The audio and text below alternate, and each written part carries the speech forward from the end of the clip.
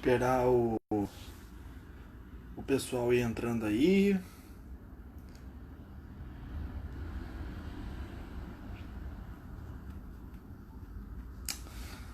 Galera. Mais uma vitória. Boa noite, torcedor tricolor. Quem fala é João Eduardo Gurgel. Hoje, por algumas outras razões médicas, não pude comparecer ao Maracanã, mas estou aqui hoje para conversar um pouco com vocês nesse live pós-jogo Fluminense 2, Portuguesa 0. Bom, o que vocês acharam do jogo? Particularmente, foi um segundo tempo muito bom do Fluminense. Durante a semana a gente ouviu tanto do Odair, tanto do Matheus Ferraz, quando nós fomos ao CT essa semana. Eles falaram que ia ser um jogo complicado, né? Que a Portuguesa vem realmente jogando já há um tempo. Eles fizeram uma pré-temporada de basicamente quase 2 meses, então assim, jogaram ainda aquela pré-eleição do Carioca, né? Então assim, estavam realmente com um time um pouco mais solto, um time um pouco mais leve, com as pernas um pouco mais soltas, né? Então ia ser um jogo onde o Fluminense, pelo menos na questão física, ia sofrer bastante, né? Mas a parte técnica, que o Fluminense entende muito melhor que a Portuguesa, é o que tinha que prevalecer, né? E foi o que aconteceu. O Fluminense fez um primeiro tempo muito ruim, foi muito ruim o primeiro tempo do Fluminense. Mas no segundo tempo, com a entrada do Miguel, já vamos falar mais sobre o Miguel, mas o Fluminense se acertou, se agigantou, impôs seu ritmo e saiu com mais uma vitória na temporada, a segunda vitória do ano. É muito importante para os jogadores em si realmente começar a temporada ganhando, né? 2 jogos, 2 vitórias, 2 gols do Nenê. Também vou falar um pouco mais sobre o Nenê daqui a pouco, porque a gente tem algumas coisas para enaltecer a pessoa Nenê, né? Um cara que quando veio muitos foram contra, muitos criticaram, mas tá fazendo jus e realmente é o que a gente realmente espera de um jogador como o Nenê. Tô vendo o pessoal comentando aqui, boa noite, orgulho de ser tricolor, Miguel, cara. Então, vamos falar primeiramente sobre o primeiro tempo do Fluminense, né? O primeiro tempo foi um desastre. Foi um desastre, o Fluminense não se acertou. Desculpa, pessoal. O Fluminense não se acertou, né? O Fluminense teve muita dificuldade para jogar.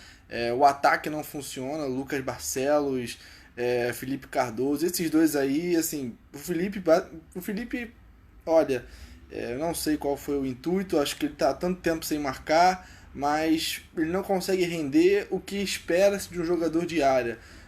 Os domínios de pivô, as bolas dentro da área, ele não consegue. Parece também tá com muito falta de ritmo. Parece que tá com muito falta de ritmo o Felipe. E isso eu acho que tá gerando pra ele. Não tá fazendo bem a ele isso, entendeu?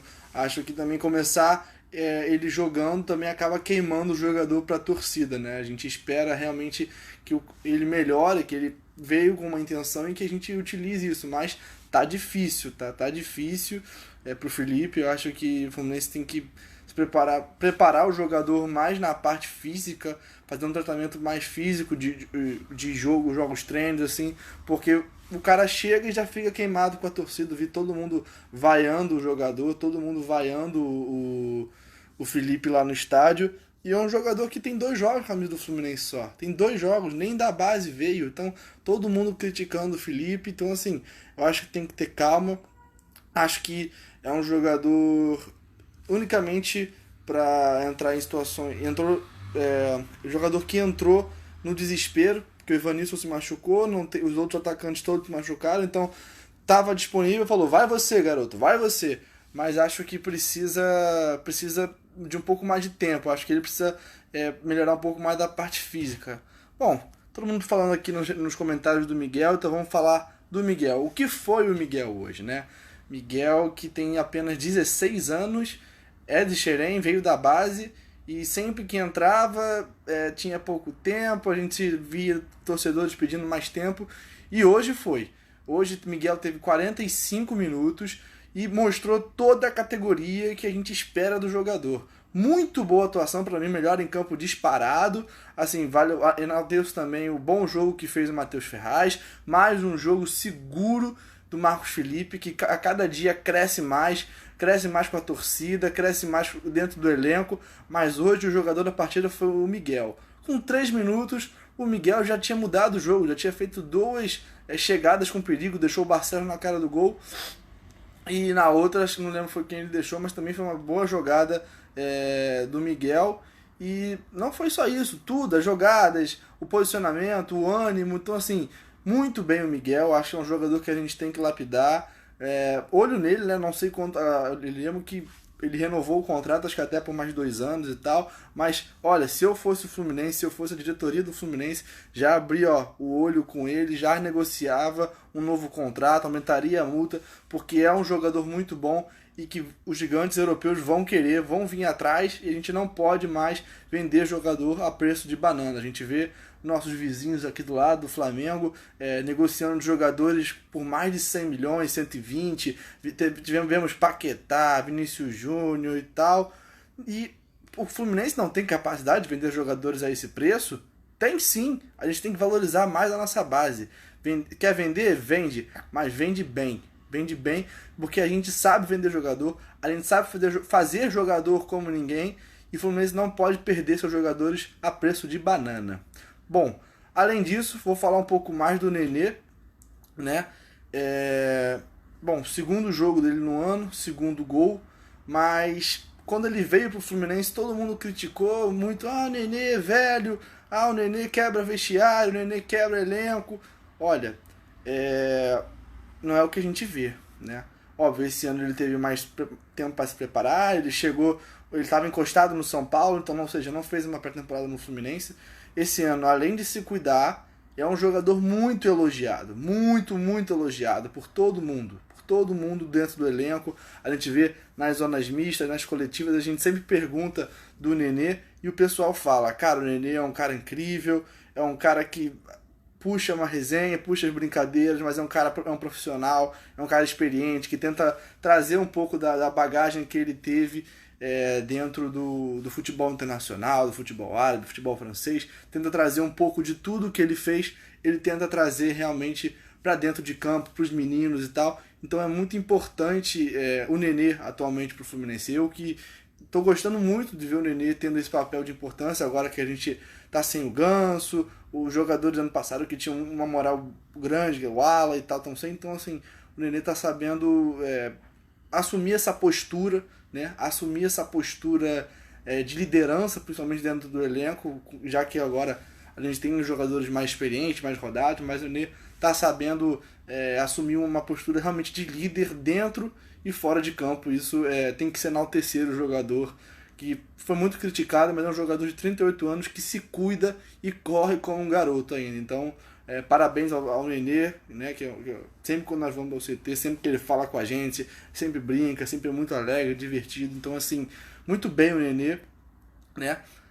Tô vendo o pessoal falando aqui também do Felipe Cardoso, aqui quem tá falando aqui? O Guilherme Soares. O pessoal reclama do Fred, mas ele é 1000 vezes melhor que o Felipe Cardoso. Aí temos que concordar, né? Vejo todo mundo falando da expectativa do Fred.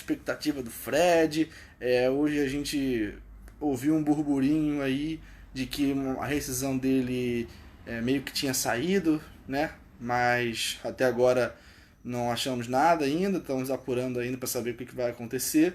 Mas, bom, já é basicamente evidente, né, que ele vai conseguir uma rescisão amigável com o Cruzeiro, e aí sim o presidente Mário Bittencourt deve entrar em negociações com o Fred, e ele deve vir realmente, cara. Acho que a gente também está precisando de jogadores da posição. A gente trouxe 2 gringos, mas nenhum tem realmente características de centroavante, como o Evanilson, como o Fred, até o próprio Felipe Cardoso.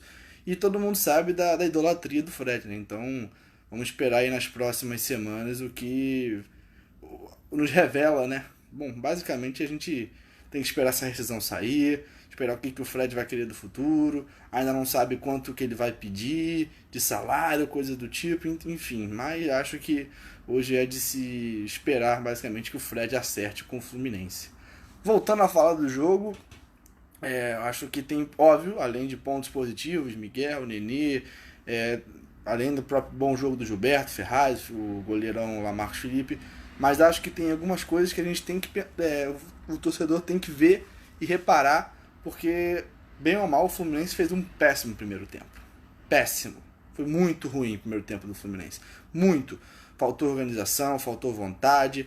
Os jogadores que foram cruciais no segundo tempo, como o Hudson, como o Gilberto, até o próprio Nenê, sumiram. Não apareceram para jogar no primeiro tempo. No primeiro tempo o Fluminense foi basicamente engolido pela Portuguesa em questão de finalizações. O Fluminense tentava sair jogando, errava muitos passes.